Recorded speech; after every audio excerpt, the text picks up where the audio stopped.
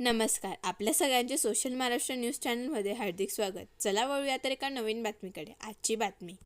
श्री गजानन महाराज यांच्या प्रकट दिनानिमित्त धुळे शहरातील श्री गजानन महाराज मंदिरात भाविकांची गर्दी झाल्याचं पाहावयास मिळाले. आमदार अनुप अग्रवाल, राघवेंद्र भदाने यांच्या हस्ते आरती करून महाप्रसादाला सुरुवात करण्यात आली. सद्गुरू गजानन महाराज मंदिर संस्थानाचे अध्यक्ष गोपाळराव केले यांच्या वतीने दरवर्षी प्रकट दिनाच्या निमित्ताने विविध धार्मिक कार्यक्रमांचे आयोजन करण्यात येते. धुळे शहरासह पंचकोशीतील भाविक मोठ्या प्रमाणात दर्शनासाठी गर्दी करत असतात.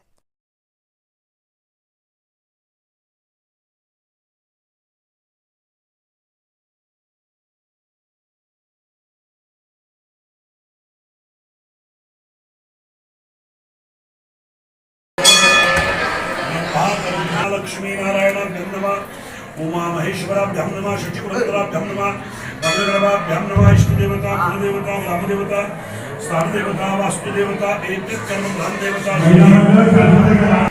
सर्वेभ्यो देवेभ्यः सर्वेभ्यो ब्राह्मणेभ्यो नमो नमः. निर्विघ्नमस्तु. महोत्सव अन्नभूत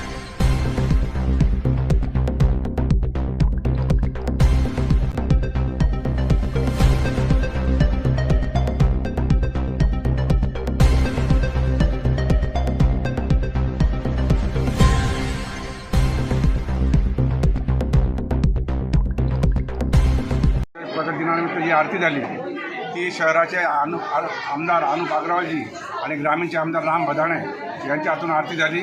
यांच्या हातून प्रसादाचं वाटप झालं. आज साधारणपणे 15 क्विंटल बाजरीची भाकरी आणि 5 क्विंटल साखरेची बुंदी आणि 7 क्विंटल तांदळाचा मसाले भात असा प्रसाद वाटप रात्री 12पर्यंत चालणार आहे. भाविकांनी याचा लाभ घ्यावा एवढी बोलून माझे 2 शब्द संपवतो.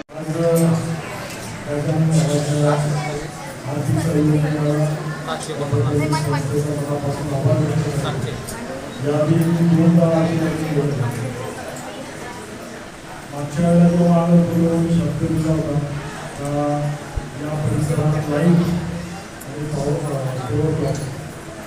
हे आपल्याला लावायचे. मार्च नंतरच्या याच्यात नक्कीच लाईट आणि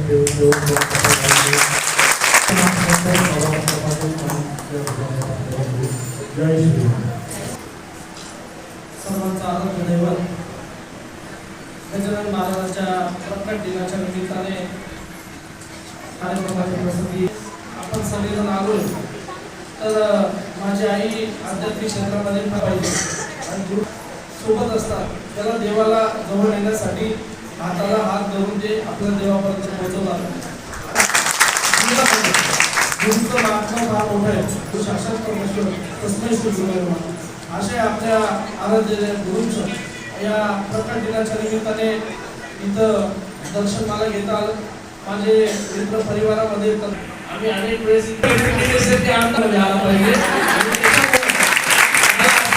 गुरुंचे आशीर्वाद मुला मुलींच्यासाठी गुरुचं महत्व काय आहे आता येणाऱ्या पिढीला गुरुचं महत्व आपण सगळ्यांनी सांगितलं पाहिजे. आणि या मंदिरामध्ये येऊन आर्थिक बल राजकारणामध्ये साहेब आम्हाला विरोध होण्यामध्ये असली पाहिजे. आजूबाजू विरोधक असतात नाही म्हणून शुभेच्छा व्यक्त करतो. हिंदुत्वाच्यासाठी तुम्ही आम्हाला सगळ्यांना निवडून दिलेलं आहे. तर आमचं पण काम आहे की हिंदुत्वाचा विचार अनुपय जसं पूर्ण धुळे शहरामध्ये नेत आहे तसं ग्रामीण भागातल्या लोकांपर्यंत सुद्धा हा हिंदुत्वाचा विचार पुढे नेण्यासाठी अशाच प्रकारचे तीर्थस्थळ हे डेव्हलप झाले पाहिजे, प्रगतीशील झाले पाहिजे. तिथं काही सोयीसुविधा या धुळे शहराचे आमदार 100% पूर्ण करतील. ग्रामीण आणि हे जास्त आहे. बातमी आवडल्यास चॅनलला लाईक व सबस्क्राईब करा व दररोज अशा नवनवीन बातम्या पाहण्यासाठी चॅनलला फॉलो करा. धन्यवाद.